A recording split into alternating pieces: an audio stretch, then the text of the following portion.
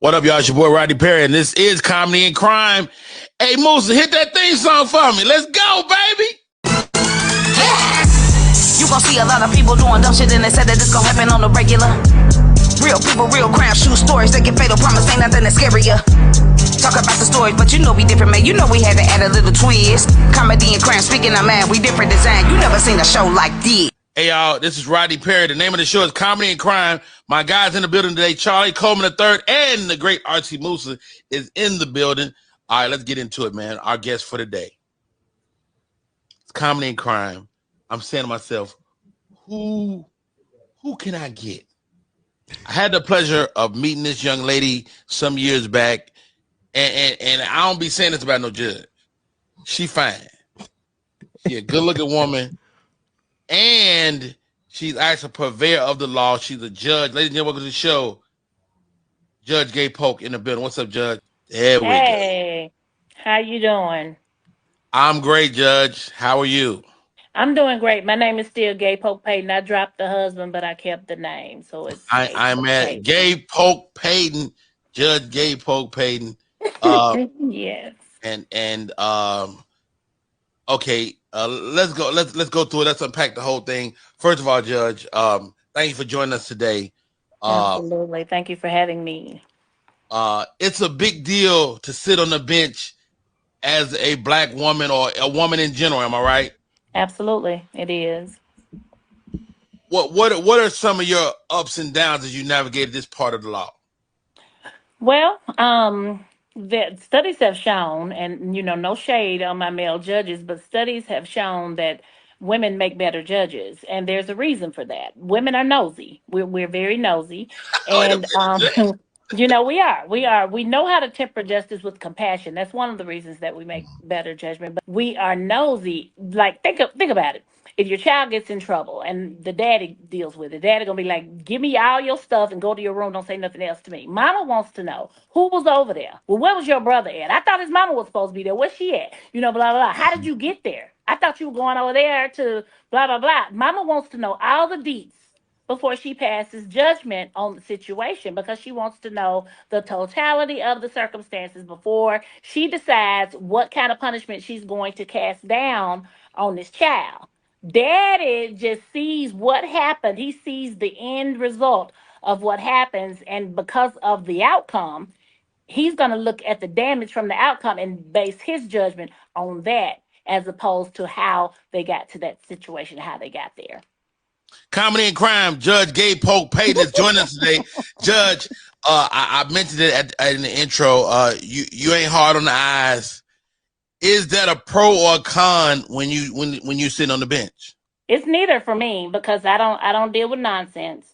When there were, when I first started, I've been a judge for 13 years. I've been a lawyer for 28. The law enforcement officers, they tried it when I first started, and I let them know that I don't know. Can I curse on the show? Say whatever you feel. Okay, I told them I don't shit where I eat. This is my livelihood, so I'm not going out. Judge, they was trying to holler. They was trying to holler. They were trying to holler, and I told them to find another goal in life because this will never happen for you. This is my livelihood. Never happen for you. So I take care of business when I'm on the bench. I've had inmates to tell me, you're the prettiest judge I've ever seen. I say thank you, and I move on. I said that's not going to help you with the outcome of your case, but thank you for the compliment, and I keep it moving. I don't key when people flirt with me, when lawyers flirt with me. I'm all about the business. Yes, so being handsome don't help at all.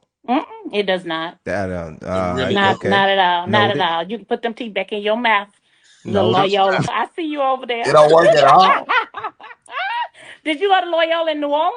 Yeah, I'm trying to get my tickets removed, Judge. Come on now. I went to grad school at the University of New Orleans. I was accepted to Loyola Law School, but Ole Miss said that they were going to pay for everything, so I went on. Yeah, I get that. I get that completely. You gotta go. Indeed. Judge Gay Polk-Payton. Judge, talk to me about some of the crazy stuff you've seen on the bench, man. I mean, you deal with everything, right? You're in Mississippi, and Mississippi is also the home of a lot of race-driven politics. Yes. And talk to me about like some of the things you've seen on the bench. I mean, a lot of the problems that we have is, pretextual stops, being black while driving a car. We have to deal with that. A lot of citizens deal with that, but not on my watch. When I see that there's no probable cause for the stop, there was no reasonable suspicion to create a probable cause and to move forward. And so I nipped that in the bud. Today, I released a lady on her own recognizance because the probable cause was insufficient. And if you don't have probable cause to have a conversation with this person that led to you finding drugs in her car on her person, then there's no case. Your case is garbage from that point on. And I don't play those kind of games. It's not legal to have marijuana in Mississippi, but a lot of people will have marijuana and they'll be coming through Mississippi and they get caught in Mississippi with their marijuana. And I'll have law enforcement officers who want to set an extremely high bond because of the fact that they have marijuana. And I had a law enforcement officer one time tell me he wanted to set a $50,000 bond on some weed. And I said, why do you want the bond to be so high? And he said, well, Your Honor, they would not cooperate with law enforcement. I said, well, what did you tell them when you told them that they were under arrest? He said, I read him his Miranda. I said, well, read it for me. He said, you have the right to remain silent. I said, you can stop right there. I said, he doesn't have to cooperate with you. I said, if I get arrested, I ain't cooperating with your ass either. Bond is set at $2,500 next case. The judges have to draw the line in the sand and they have to determine what the totality of the circumstances are. I'm not going to worry about whether or not they're mad about what I'm doing because I'm going to do what's right. They call me a recovering defense attorney in a robe because I was chief public defender for 9 years. So I come from a town called Fresh Off the Cop's Ass. So you're going to do your job right or you're going to deal with me. Hey, I love to hear you talk, man. It just really refreshes me because the law. And one thing I talked about with our friend of the show, Melanie, is the fact that getting in trouble ain't cheap. Like when people get capital offenses or a big drug charge, like you say, you can be facing a $50,000, $60,000, $70,000, $80,000 bond. Not to mention the price of your lawyer, X, Y, and Z. Right. Talk to me about the cost of staying out of trouble, or what it costs you if you get in some big trouble. Well, it depends. Like when I was chief public defender, I had a client that stabbed his brother-in-law 6 times and I walked him out the door not guilty. And people were telling me, like, you're making all the money, you're getting people off for murder. I said, that was a public defender case. I didn't make a dime above my salary because I made it my business.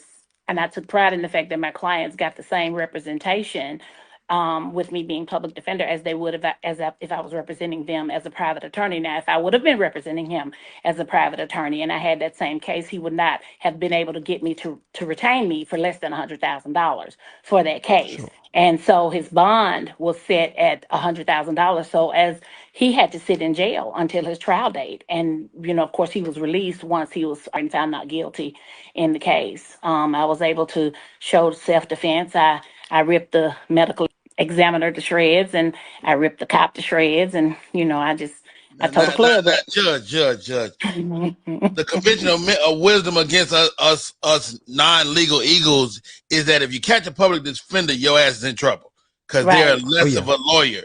But you were able to litigate through this through the BS in that situation. Like, is that a testament to how dope you are, or should you be, if you catch a public defender, are you in good hands? Okay, so to do what I did, I worked about 80 hours a week. The problem with public defenders is that they have more cases than private attorneys do. Like a private attorney can, charge $50,000 or $25,000 and they can have 5 cases at a time. Whereas that public defender is going to have between 300 and 500 cases on their docket, that they're dealing with at the same time. So they have to filter through their cases and figure out which ones they're going to plead out and which ones they're going to have to take to trial. So sometimes I know that they have my client, and if I know they have my client, then I will work them out the best deal that I can. I had one client to tell me, he said, Ms. Gay Polk-Payton, I believe that the Lord is going to deliver me from jail the same way he delivered Paul and Silas. And I told him, I said, no, sir. I said, you're confused and you need to go back to Bible study. I said, because Paul and Silas were being persecuted for their beliefs. You being prosecuted because they caught you coming out that lady's house with her TV. Then you got to call your mama because you're going to have to do some time. Don't call your mama and tell her. No, you ain't Paul or Silas. It's a difference between being prosecuted and persecuted, okay? Prosecuted and persecuted. Hey, my guys are here. Y'all got anything for Judge J. Polk-Payton? Nah, she basically covered. I had one question about, the public defenders having a lot of cases. She was absolutely right. Because anytime I see them, they got the milk crate full of little, I say, yeah, I'm going to jail. I'm going to jail. Milk crate. Hey, I say, this is what I tell my friends: stay your ass out of trouble. Right. Absolutely. Right. Stay out of trouble if you can. We have to do capital murder cases. I mean, we have everything from a simple possession all the way up to capital murder. And, capital murder cases, they take so much work because those cases in Mississippi, they're bifurcated. So we have to deal with the guilt phase, and then we have to go and deal with the penalty phase, and we got to deal with psychologists, and we got to get school records, and we got to get medical records. So we have to deal with all of these things with the time that we have in between representing people for all of those other things. So public defenders get a bum rap. I really feel like, I know some public defenders are lazy and they make the other public defenders look bad, but most of the public defenders really care about what happens to the people that they represent, and they're doing the very best that they can. Yeah, my son got some trouble a couple of years ago, and I implied that the public defender that was doing less of a job, and she was so offended. She was like, "Sir," she's like, "I'm giving this young man everything I got, and he has the best lawyer he could have got on this day." Right. And you know what? I yielded because I wanted to hear her be passionate about it. And she was, and she didn't get him off, but he didn't do a quarter of what he could have got. Right. Exactly. And sometimes that's what it comes down to, is working the best deal that you can get for them, especially when they got you. Sometimes they got you, but you got to be able to look at it. Like, I've had cases where, the police just charged the wrong thing. Like, they charged one of my clients with commercial burglary, but the only person that could put him at the scene of the commercial burglary, they caught him with the stolen goods. So they should have charged him with receiving stolen property, but they charged him with commercial burglary. And the only person that could put him at the scene was his co-defendant. And by the time I got through with his co-defendant on cross-examination, the jury didn't believe anything that came out of his mouth. So my client ended up walking, and the co-defendant had to do his little time for testifying against my client. So it's just like, look, you bring up a great point. You bring up, like, how, as the lawyer involved, how do you choose your path? Like, because you had to realize that they had charged wrong. Like, at what point in the process you go, "Oh, we got him, I got him"? Yeah, I mean, well, I know the law, and so when I read, they have to prove each element of the crime beyond a reasonable doubt. So when I look at the elements of the crime, and I look at what they're charged with, and I look at their case, and I look at the facts of the case and what they're trying to prove, I look at the affidavit of underlying facts, and I see every time I've won a case is because I've ripped a cop to shreds with his affidavit of underlying facts. And that's why I'm so hard on officers when they come to my house. I'm like, don't wake me up in the middle of the night if your affidavit of underlying facts is raggedy. Just don't even bother. Let me sleep, because I'm going to send you back to the PD so you can fix this affidavit. Because when I look at their affidavit and I see their facts, and then I put that up against the law that I know, then I'm going to be able to tear it up from that point as a defense attorney. And so I don't accept that as a judge, because it's not going to make it past grand jury. It's not going to make it past the smell test.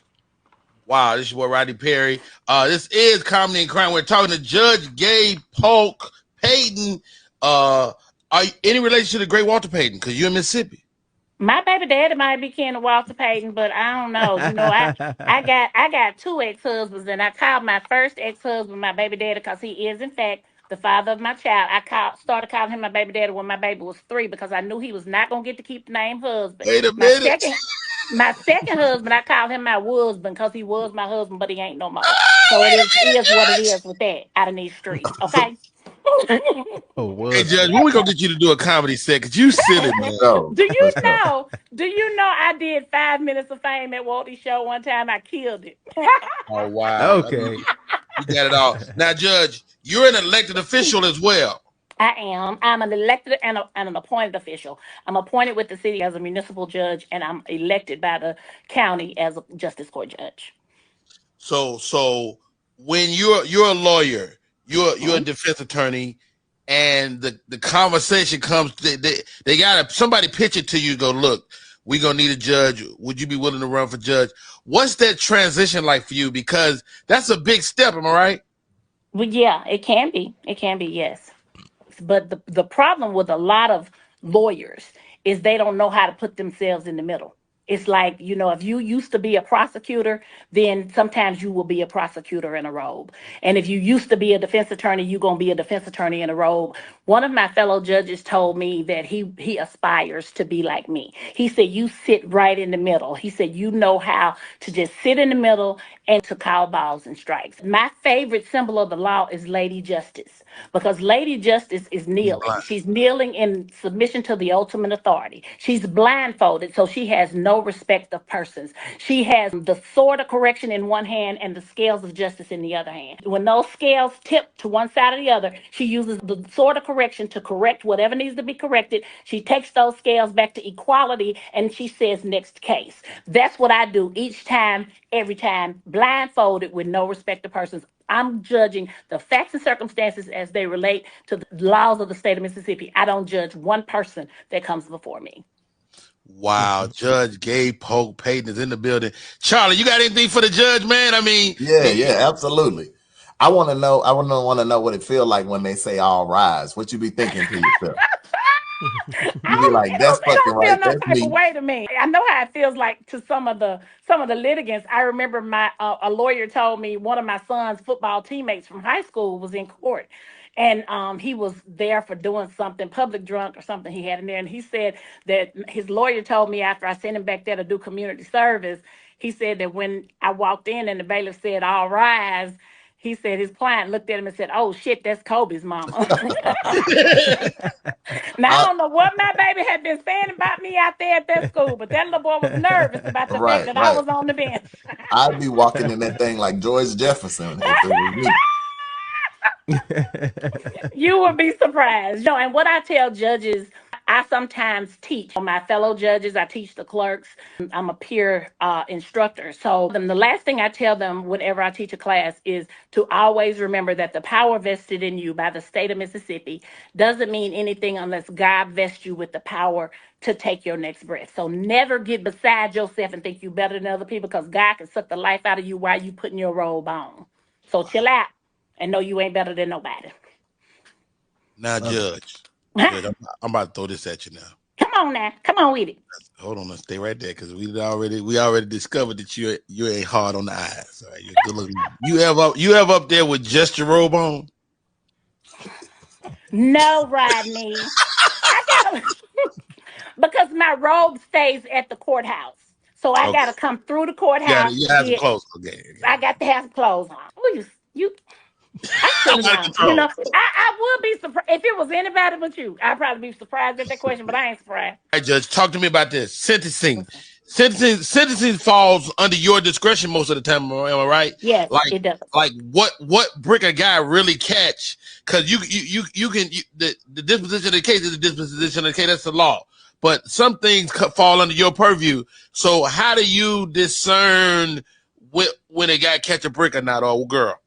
Totality. The totality of the circumstances will always determine what the sentence shall be. It's going to determine whether or not the person did what they did knowingly, whether or not they were with a group, because a lot of people don't take that into consideration. Sometimes you were just with them and you ain't really do nothing. You were just with them. And so, I take the totality. That's why I was saying, they say women make better judges. They don't look at what the outcome was. We look at the fact of what happened. What did you do? What was your part in this? How did this happen? And what did you do to contribute to the fact that this happened? So I look at every little detail before I decide what I'm going to do, what your punishment is going to be. When I look at a domestic violence case, I look and see how bad that girl was beat up. How bad did you beat her up? Did she get a couple of licks in? I want to know everything that happened. Did she start the fight? Who started? Did she hit you up the side of the head with a frying pan before? Did she pull a knife on you before you start? I want to know all the deets. before I pass judgment and before I pass sentencing and decide what I'm going to, require that they do. If I'm going to require that they complete an anger management course, or what I'm going to require that they do. What if it was like a 600-pound life assault and the woman was 600 pounds and the dude was like 150, but she's saying she got assaulted? Do you be like, yo, ain't no He way? might have been strong. Men are strong. Y'all have more body strength than we do. Oh, look, this is a perfect example. When I won that murder case, the dude that got killed was smaller than my client. He was much smaller than my client. My client was close to 300 pounds. The dude that got killed was about 175 pounds. And the point that Wow. we made was that if you take a pit bull who is smaller than a Great Dane, or smaller than a what's that big dog? That real big furry dog. Alaskan Husky, yeah. Yeah, one of those big dogs that wouldn't hurt a flea. But you take one of those dogs and you pit them against each other. That pit bull know to go straight for his neck, and he gonna kill him in probably about 10 seconds. So it is not about the size of the dog; it's about the fighting the dog. Yes, sir. Yes, ma'am. Mm-hmm. That's So y'all, straight okay. from That's man, Friday. she on it, boy. She on it. Another one, like Straight from Friday. sometimes we watch sentences on television. I don't know how true this is, but you would see, like, say a suburban white kid or white woman would get Mm-hmm. less time because of who she is, as if the Mm-hmm. judge determined she couldn't survive in this environment. Is Right. that a thing? Like, how do It they is a even thing, say okay? and But it's like, how does unfair. that work? It's Yeah, unfair, yeah, that's unfairness, and judges who do that, they're not fit to wear the robe, and I'll say that in front of anybody. They're unfit to wear the robe because, like I said, justice is blind. Justice has no respect of person. You cannot look at nobody's wallet. Affluence is not a thing. It doesn't matter whether or not you got money or not. If you can't handle being in jail, then you shouldn't have done a crime. You should sit your ass down somewhere and stayed at home. See what I'm saying? Yes, ma'am. If you can't absolutely. handle being in jail, don't do that then. Don't do Right. nothing. No You can't impact do crime whatsoever and on then what I'm say, going "Oh to no, I sentence." can't handle being in jail. I don't. That has no. Okay. You I got can't. one more, Rodney. Because people are Go ahead, the go ahead. person is still dead. The person who was killed is still dead. The Absolutely. fact that you were born with a silver spoon in your mouth does not make that person any less dead. They Absolutely. I'm Wow. ain't got glad we nothing to got do with that it. out on comedy and crime. That's been bothering me when I watch TV. I was like, how It this white bothers lady me done got too. less time? Yeah. Another real quick for you guys. You see Kamala Harris is running for president, and I know she was Mm-hmm. she was a persecutor, right? If I'm not Yes, mistaken. she was a How Prosecutor. do y'all prosecutor? Come on, man. You know I went to community college now. Persecutor Come is on even now. I better. ain't got no scholarship. He's a Um person. persecutor, prosecutor, I mean. But do y'all think that will help her as a president? Or do y'all think that hinders her? Like, how do y'all feel about that, being that y'all are in that same field? Do you want to go first, sir, or do you want Yeah, me? yeah. I mean, it's relatively speaking. I feel like the being in the profession, being an attorney, having that skill set, you kind of get through things quicker. You kind of see where people are going.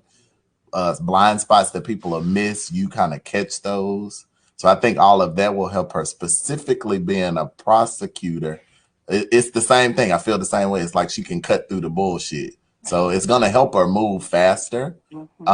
What I didn't like is they tried to use her record against her. Right. And our community is the community that's digesting it. They think that she wasn't supporting and advocating for black males. She's doing her job. She's doing her Yeah. job. Yeah. Exactly.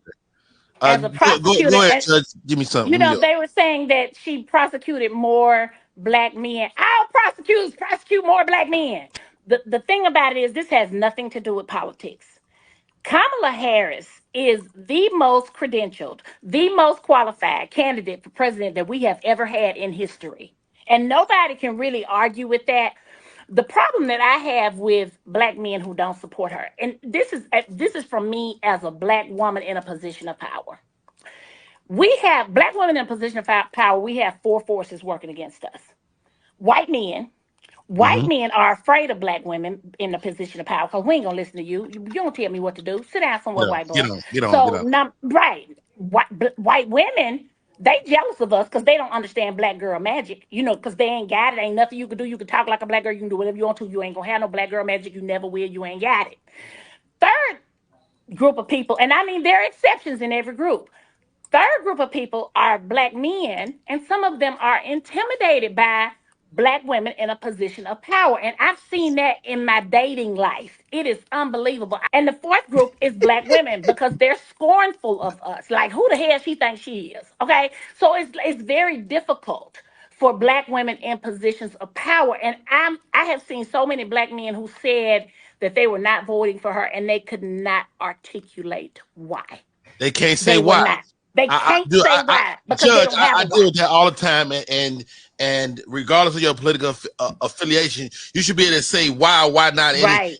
And to me, a non-vote, I think I'm gonna just sit home. A non-vote is a a vote. vote for Trump. It's a vote. Exactly. That's a vote.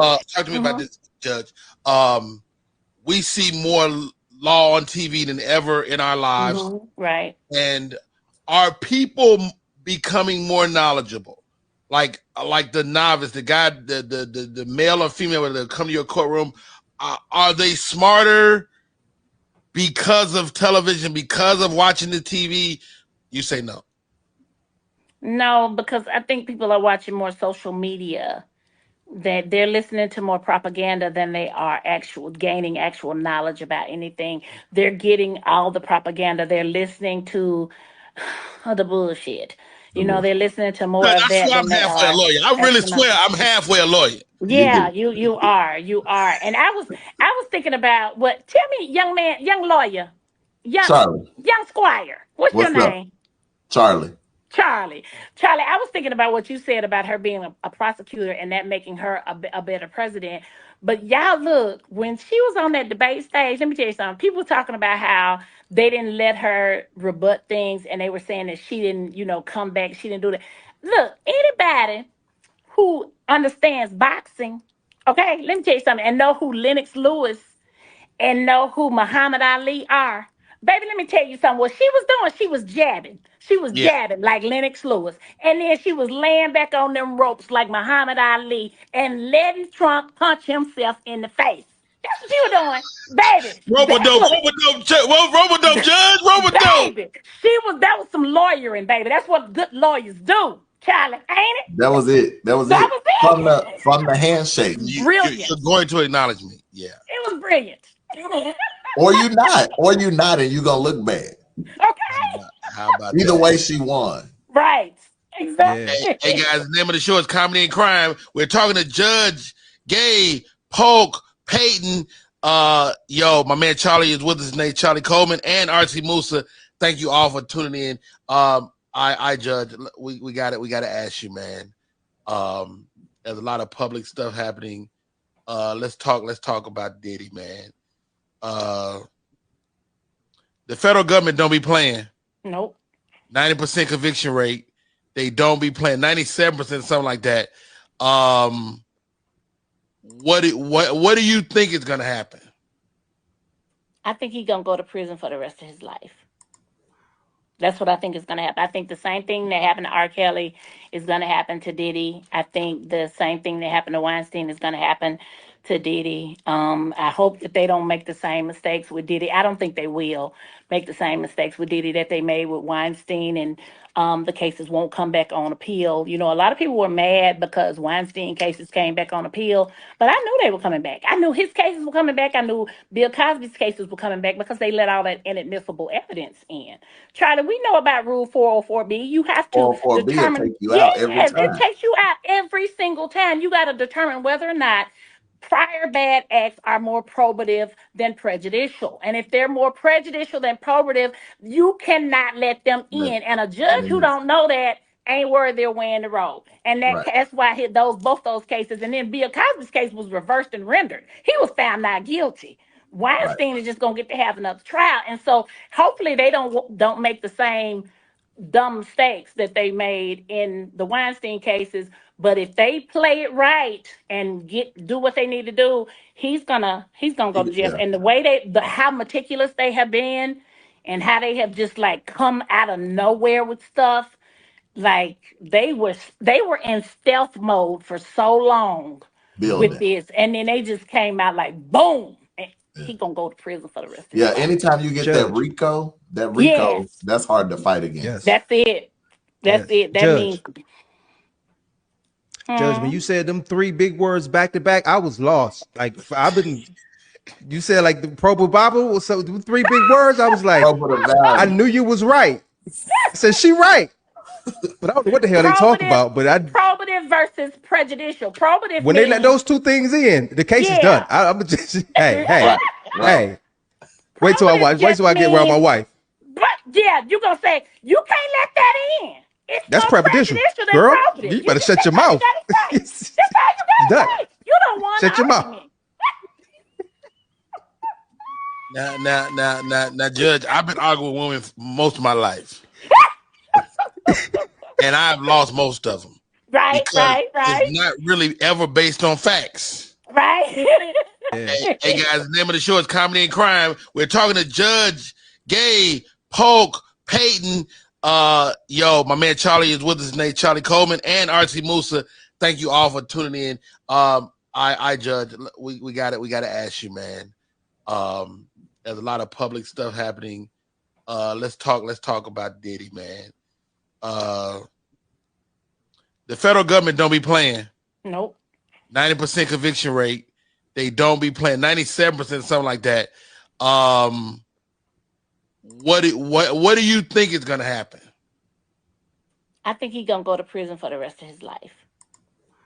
That's what I think is going to happen. I think the same thing that happened to R. Kelly is going to happen to Diddy. I think the same thing that happened to Weinstein is going to happen to Diddy. I hope that they don't make the same mistakes with Diddy. I don't think they will make the same mistakes with Diddy that they made with Weinstein, and the cases won't come back on appeal. You know, a lot of people were mad because Weinstein cases came back on appeal, but I knew they were coming back. I knew his cases were coming back. I knew Bill Cosby's cases were coming back because they let all that inadmissible evidence in.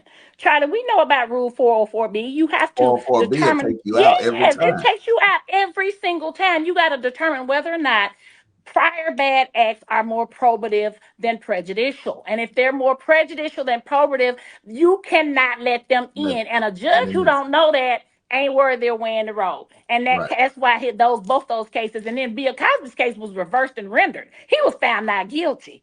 Weinstein is just gonna get to have another trial. And so hopefully they don't make the same dumb mistakes that they made in the Weinstein cases. But if they play it right and do what they need to do, he's gonna go to jail. Yeah. And the way how meticulous they have been and how they have just like come out of nowhere with stuff. They were in stealth mode for so long with this, and then they just came out like boom. And he gonna go to prison for the rest of his life. Anytime you get that Judge. Rico, Yes, that's hard to fight against. Yes. that's it.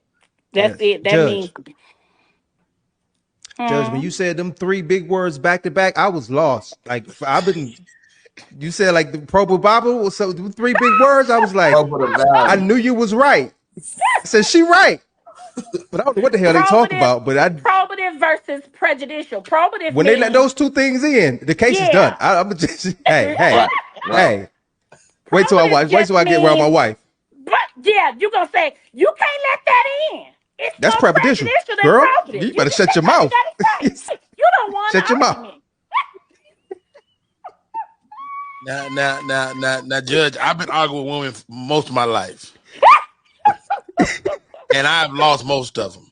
Right. It's not really ever based on facts. Right. You brought up something that been bothering me. The Bill Cosby case, right? Mm-hmm. And my mother, God rest her soul, when she was here, she always she said, Rodney, it was way worse drugs out there than some Quaaludes back in the day.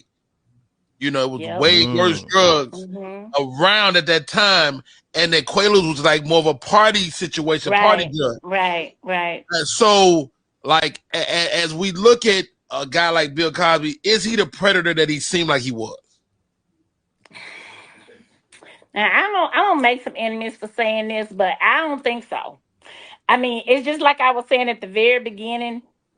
When somebody hits on me and I don't like it, I don't kiki. I said, get the hell out my face. I don't accept things from people. I wouldn't accept a role in a show or a movie. I'm gonna tell him I don't like it. I told this white lawyer one day, he kept going on about my calf muscles and how defined they were, and we were in court, Calf and muscle. I Got a and I leg I don't man. told like that. I make I it a told him, fetish. I said, let me tell you something, white boy. I know you got a slave quarter fantasy, but it ain't gonna happen. Not with me. Don't you say shit else to me about She my legs. wild in Mississippi. I'm wild in Mississippi. I don't play, and they know I don't play.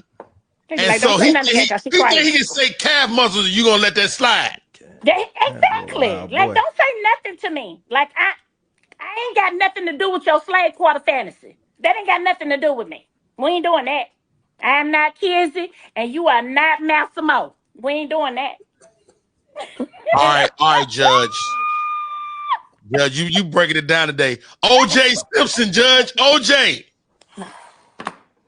I Simpson, and I know, the man is dead and gone now, God rest him. and God rest his soul. Dumbass. Um, I said what I I can't said. say I ever saw all of the evidence.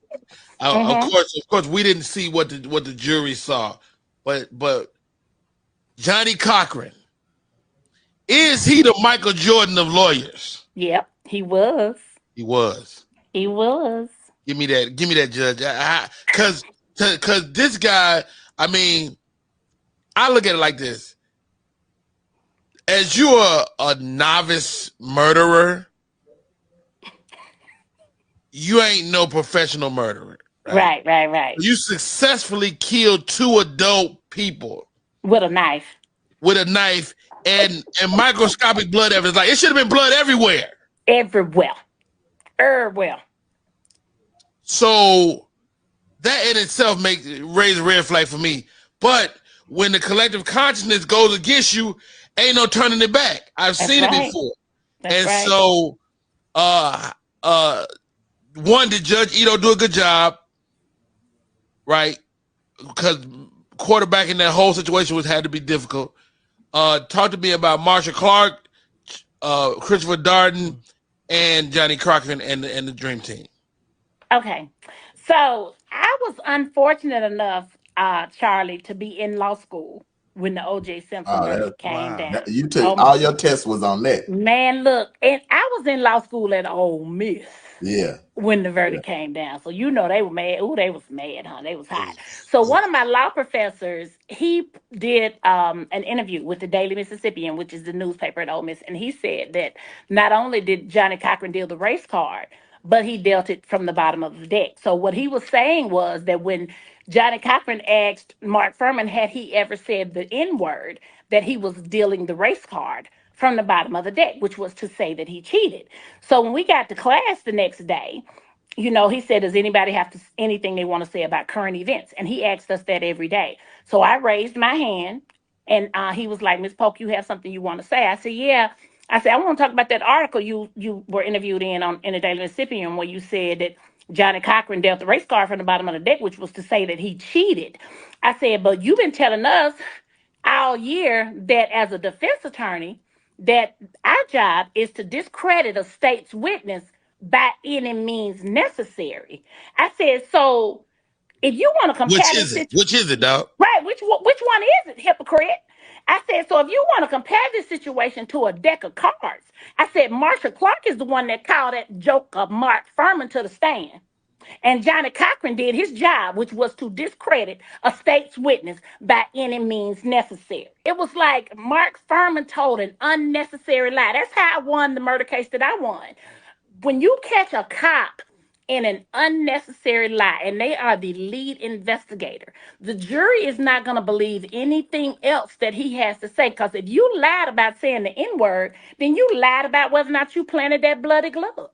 So why they gonna believe anything else you say? Christopher Darden, bless his little heart, bless his heart. I mean, and I think the reason that he was crying was because of tension. He had worked so hard on that case, but he knew that they was trying to cheat. And you don't win by cheating. You win the regular way. You win by doing your job. You don't win by cheating. And so it's like y'all trying to cut corners, and Johnny Cochran was just good at what he did. And so he knew how to deal with it. And his successor's Willie Gary. Willie Gary is all about that money. He getting that paper. They did film about his life too, Willie Garrett. Yes, they sure did. It was wonderful. I've met him. As a matter of fact, Charlie, Willie Gary was friends with Dean Lewis Westerfield, who used to be the dean of Loyola Law School. Yep. And he was, after he left Loyola, he was the dean of Ole Miss Law School. And I sang at his funeral, which was at Dillard University in New Orleans, and Willie Gary did his eulogy. You be singing on the bench too? No, I did one time. One time, this lady, she was my last litigant, and she asked me to sing a song with her, and I did. So one time I did that. Or when I marry a couple and they know me, they'll ask me to sing their prayer, sing the Lord's Prayer rather than say a prayer for them. So I did that today. So it's just sometimes I do sing in court, every once in a while. We saw the last few years, we saw people attack judges. Yeah. You don't strike me as the type of person that's going to allow that at all for any reason. They can jump over that, but they're going to limp back. I just renewed my concealed carry permit today. So that's what I was going to ask you. Are you totally reliant on the bailiffs to come to your aid, or are you ready? I have 2 armed guards at the door of the courthouse. I have 2 armed guards in court with me, and I got my peacemaker under my robe. Ain't playing. Yeah, we ain't playing. We quit school because of recess. We don't play up in there. Come on, the peacemaker gun, right? Wait, I want to know how you about the gun. Yeah, I got 3 guns. I got my little Ruger. That's my little side piece. And then in my bedroom, I got my 380. And then I got my hallway monitor. That's my pump action shotgun with the pistol grip that's in the hallway. Yes. Come on over here if you want to. I don't know if I want to ask now that she's talking about guns. Yeah. How did you feel about that judge where the dude leaped over the stand? Yeah. How did you feel about that? I don't think they thought he was going to be able to make it over. I don't know what that boy was on. I think that she was disoriented because she hit her head against the wall. But I would have been kicking him all in his forehead. I mean, and I leg pressed 315. He would have had a concussion. Comedy and crime. Shouts out to our guest, Judge Gabe Polk-Payton. Judge, I can't think you coming enough today. First of all, Artsy Musa, thank you. My man Charlie Coleman, thank you. Real quick, I've sat on a jury, and I want to hear your opinion on this before we go. I've sat on a jury before, and I know people do what they try to do to get out of jury duty. I say, as a Black person in America, do your duty. Right. You can. Please. X person may need your opinion. Right. And it was the most stressful time of my life. I sat on that jury. The jury, when you see the movies, Runaway Jury and stuff like that, it was that. It was so stressful. As a judge and a person that's advising the jury, how much? Because I felt at a loss. Like as you asked me, as a person that doesn't know the law, to disseminate what's fair. Like it seems like a lot to ask of a regular person. What's your take on that? The jury that's the most important group of people in the courtroom, because they determine the facts of the case. They determine what's true. They determine what's real. And they determine what they're going to believe, what's going to be believed, what actually happened. That's what the jury does. And so they are the most important. And the judge can't tell them what to believe. The lawyers can't tell them what to believe. They have to listen to what the lawyers say, listen to what the witnesses say, look at the evidence, and make a determination that's fair and impartial to both sides beyond a reasonable doubt. And if they have any doubt, they have to rectify that doubt to the benefit of the defendant. So that means if they got any doubt in their mind, like, I don't know what happened, that's reasonable doubt, not guilty. It's just that simple. Because a lot of people just sitting in their toil. I'm like, why y'all still sitting back there? If you don't know what to do, there's doubt. Come on in here and give me that verdict. Give me that verdict. Yeah. Judge, we gotta have you back on the show. You are the absolute joy to talk to. Absolutely. I can't thank you I enough would love for coming on. Judge Gabe Polk-Payton came through and rocked the show today. It's comedy and crime. Thank you, Charlie Coleman. Thank you, also Artsy Musa. That is our show for the day. Wow.